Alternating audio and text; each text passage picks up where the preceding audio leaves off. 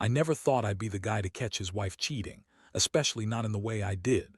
Sarah and I had been together for over 5 years, and for the most part, I thought we had a decent thing going. Sure, she had her moments. She could be bitchy, manipulative, and she loved to lie when it suited her. But I was blindsided when I started noticing little things that didn't add up, signs I brushed off at first. It all started a few months ago when I got transferred to a new project at work. I'm a scientist specializing in quantum biology, and I was working late nights in our lab trying to get this grant approved. Sarah, meanwhile, was supposed to be working on her own career as a freelance graphic designer, but honestly she was often around the house, acting like she had all the time in the world. I'd come home after a long day, exhausted, only to find her on her phone sneaking texts or in a bad mood for no reason. One night, I noticed her phone kept ringing after I was already in bed. She would hide it quickly if I looked at her. And she started rushing through her calls. I found myself suspicious but not enough to cause a fight. That was until I saw her leaving the house late one night, around 11 p.m. more than once. She'd come back looking flushed and she'd be careful to avoid my gaze. I didn't think much at first. Maybe she was meeting friends or going out for drinks. But then I started noticing strange things. Her texts, her phone calls, her sudden visiting of new places I'd never heard of. It all came to a head when I found her phone open one day on the couch, and I saw a message from a number saved only as C, with a long, suggestive text thread. I read through it, feeling like my stomach was dropping out of my body. The messages were explicit, talking about how she couldn't wait to see him again, how she loved the way they'd be able to work late in the lab after hours, and how it was their little secret. I felt like I'd been punched in the chest. My mind raced. How long had this been going on? Who was this guy? How did I miss all of it? I couldn't believe it at first. I kept staring at the screen, trying to tell myself it was some joke, some malicious prank. But the more I looked, the more I saw. The times matched up with her late-night visits outside. The language was too intimate, too familiar. This was no innocent flirtation. It was something much darker. I started to remember odd little things, her brushing off my questions about her whereabouts, her quick lies, her strange mood swings when she was working late at the lab. That's when I knew Sarah was cheating on me, with some guy she met through her research, some guy in the biology department, I think. The same department I'd been working with, actually. She'd always been bitchy about her work, but I never suspected she'd take it this far. And what hurt the most? She was lying about everything.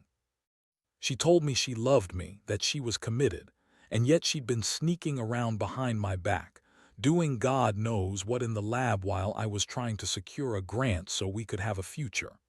I spent the next few days in shock, trying to process what I'd found. Every time I saw her, I felt like I was looking at a stranger. The betrayal burned deep. I'd poured everything into this marriage, my time, my effort, my trust, and I had nothing to show for it but this.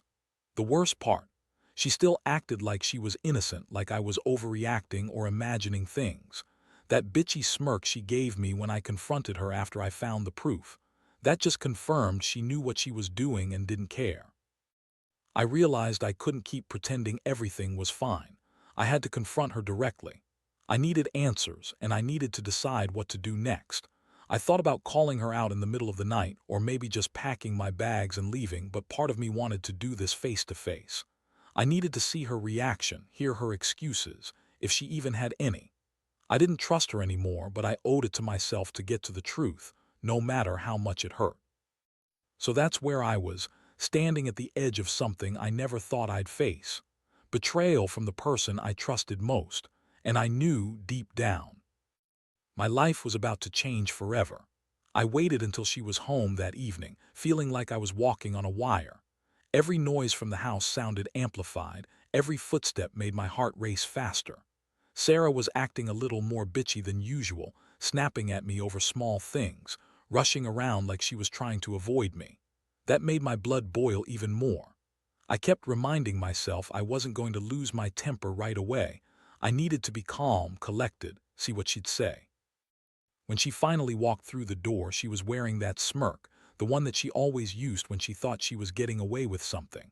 I looked straight at her and just said, We need to talk." Her eyes flicked to the clock, then to me, and she rolled her eyes like I was bothering her. "Oh, okay, what now?" she replied, voice dripping with annoyance. I didn't waste a second. I pulled out her phone, showing her the conversation I'd found. I watched her face drain of color as I scrolled through the messages. Her eyes darted away, then back again, trying to lie her way out of it. She scoffed. "That's not what it looks like, James. You're overreacting. It's just some stupid flirt. It doesn't mean anything." I could hardly keep my voice steady. "Doesn't mean anything. You're sexting with this guy in the lab after hours, telling him you love him, saying you can't wait to see him again. And you call that nothing?" She looked furious now, her face twisting into something angry and defensive. "You don't know what you're talking about. You're just jealous because I've been working late trying to make a life for us. And maybe if you actually paid some attention to me instead of your stupid experiments." "Stop," I interrupted.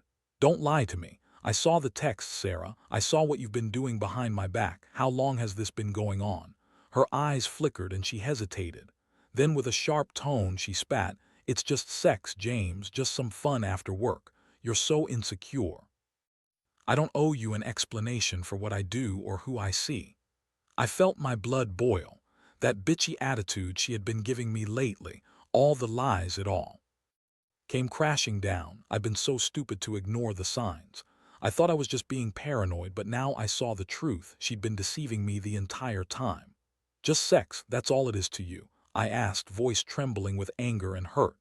"You're lying to my face, telling me you love me, and then you're sneaking around behind my back. How could you do this? How could you betray everything we had?" She rolled her eyes again. "Look, I don't have to explain myself to you. If you're going to be like this, I'm leaving. I don't need your stupid accusations." That was the moment I realized the fight was only beginning. Her tone, her attitude, she was so dismissive, so uncaring, like she didn't even care about what she'd done. I felt like I'd been punched again, but I refused to let her see how much she'd hurt me. I told her to get out. I told her I needed space. I wanted her gone, and I knew I couldn't stay in this house anymore with her sneering at me, lying to my face, acting like I was the crazy one. But even as I said it, I knew this was just the start. The betrayal had shattered me, and I didn't know how I was going to put myself back together after this. She stormed out, and as I watched her walk through the door, I felt a mixture of relief and despair. Relief that I finally confronted her, but despair because I knew this was going to change everything. I was left standing there alone, trying to process the fact that the woman I loved, the woman I married, had been unfaithful in the worst way imaginable. And I was stuck with the overwhelming sense that I'd lost not just her, but the person I thought I knew. The next few days were a blur. I didn't sleep much, and when I did, I kept having nightmares about her with that other guy. Her laughing, him touching her lying to my face. I kept replaying the moment she told me she was leaving, the way she smirked, as if she thought this was some game she was winning. Every time I saw her face in my mind, it felt like a punch in the gut. I'd sit there, staring at the walls, trying to figure out what I did wrong or how I missed all the signs. I started going through everything she left behind: her phone, her emails, her social media, even her work files. I wasn't trying to snoop. I just wanted to know what I'd missed, how deep this went. Turns out, I wasn't the only one she was lying to. I found messages from other people, flirtatious texts, even some late-night calls that vanished after she got caught. It was clear she was running some kind of secret life, and I was just a pawn in her game. But what really hit me hard was how she lied about her late nights in the lab. I'd come to find out she was secretly meeting this guy, probably more than once, while I was busting my ass trying to secure that grant. All the while, she was acting like she was working late, pretending to care about her research.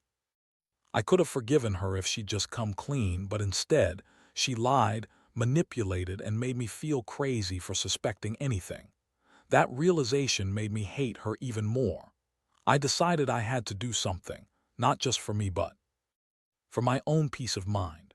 I wanted to show her she couldn't get away with this. I figured if she wanted to play dirty, I'd play dirty right back. I wasn't going to sit around and let her walk all over me. I started planning my revenge, but I kept it within limits, no violence, just enough to make her see what she lost. First, I gathered all the evidence, screenshots, saved texts, emails, everything. I wanted her to see that I knew everything. Then I set up a little trap. I knew she still had her phone, her email, and her social media accounts.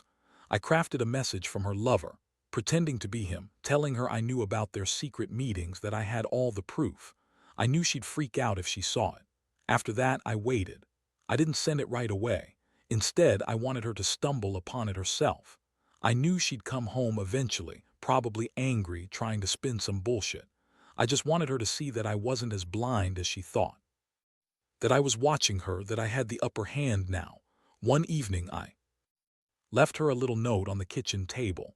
Nothing fancy, just a simple message. We need to talk about everything. I left her the phone with the fake message pulled up on the screen, ready for her to find. I knew she'd be furious when she saw it, but I didn't care. Let her see what happens when she fucks around. Sure enough, she came home late that night, furious and defensive.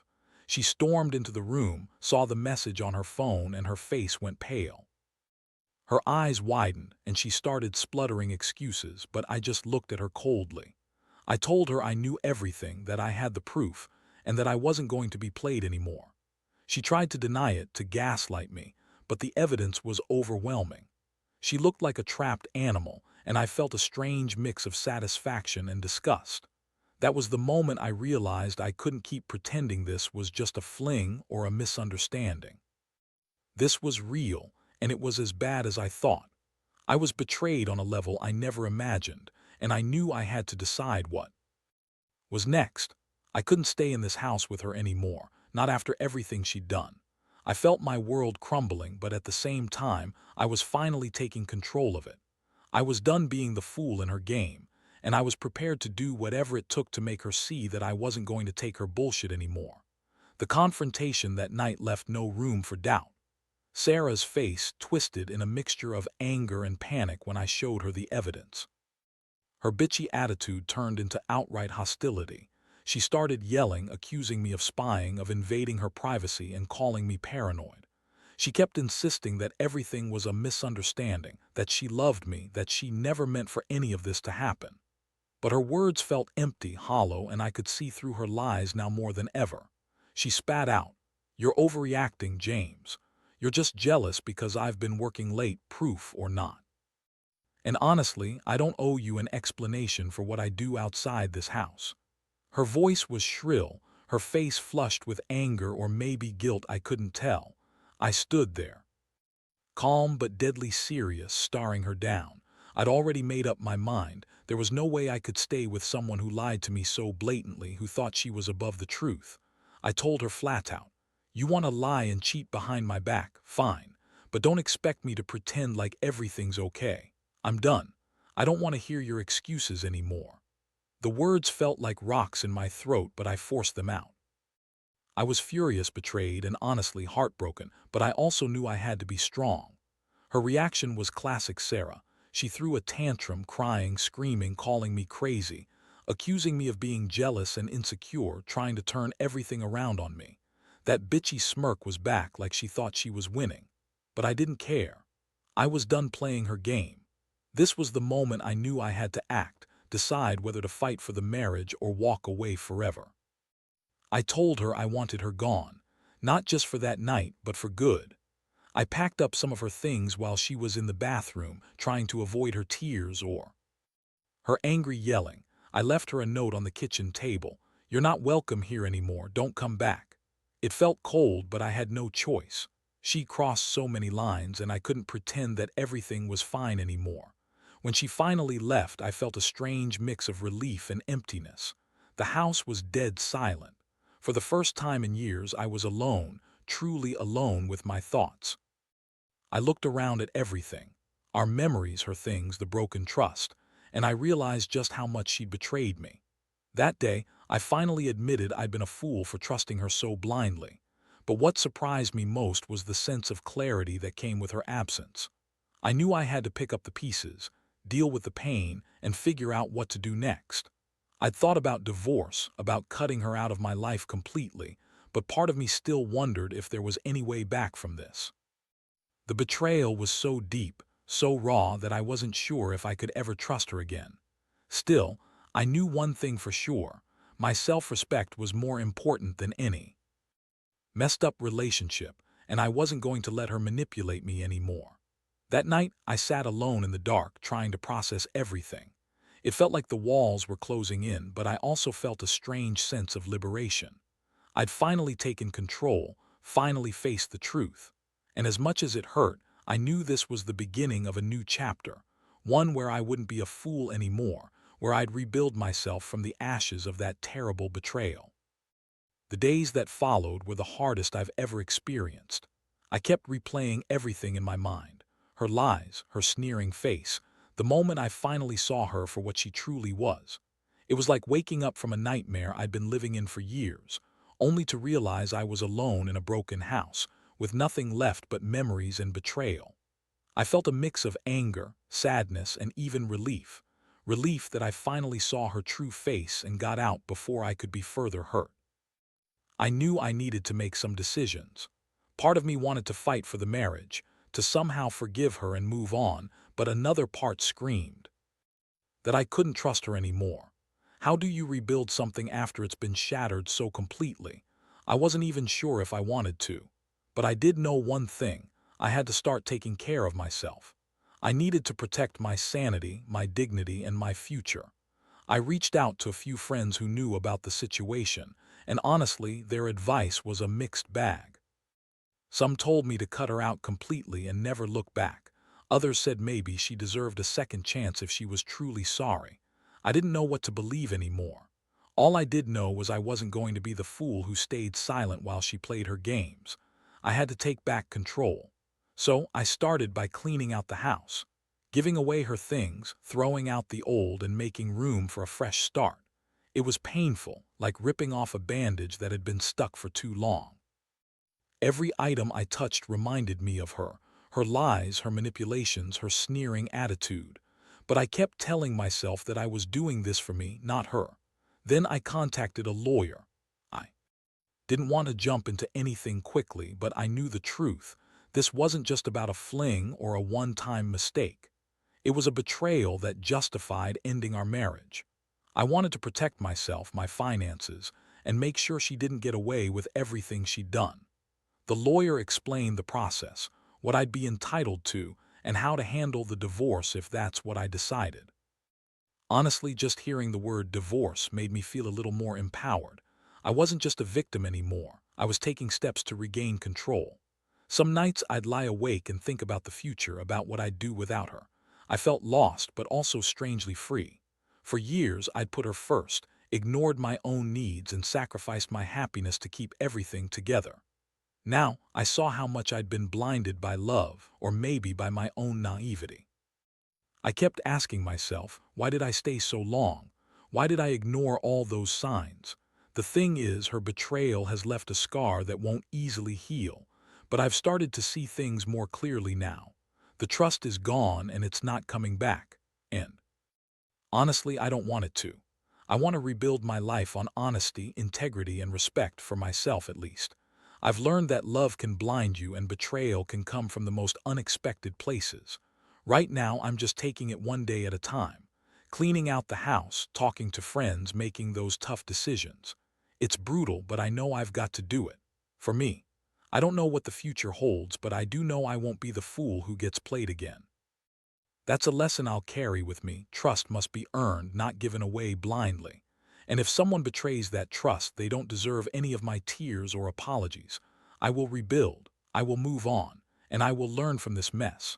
Looking back, I realize how much this whole ordeal has changed me.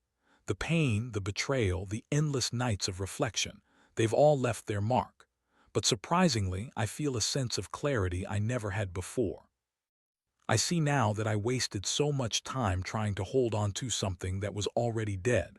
She was never the person I thought she was, just a manipulative, lying bitch who used me and then threw me away like garbage. I've learned that trust is fragile, and once broken, it's almost impossible to repair. I used to believe in the fairy tale of marriage, that love and honesty should be enough. But now I see it's more than that. Respect and loyalty are the foundation, and if those are gone, everything else crumbles. I can't fix her and I don't want to. I've accepted that sometimes walking away is the best option, sometimes the only way to save yourself. Since I started making these changes, I feel lighter even if it's just a little. I've cut ties with her, moved out, and started rebuilding my life from scratch.